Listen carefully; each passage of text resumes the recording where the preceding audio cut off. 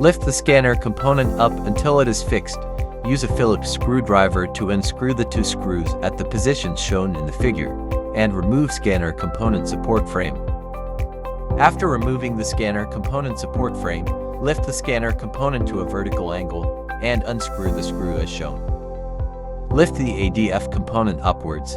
Unscrew the 4 screws at the positions shown in the figure.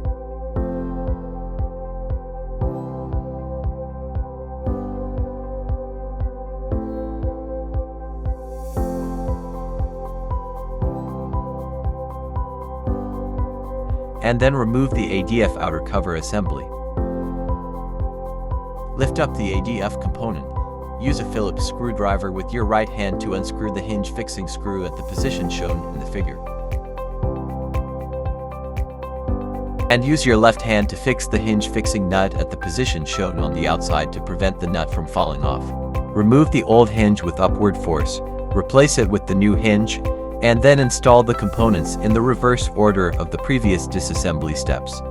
Please note, when tightening the hinge fixing screw, the operation is the same as when unscrewing it.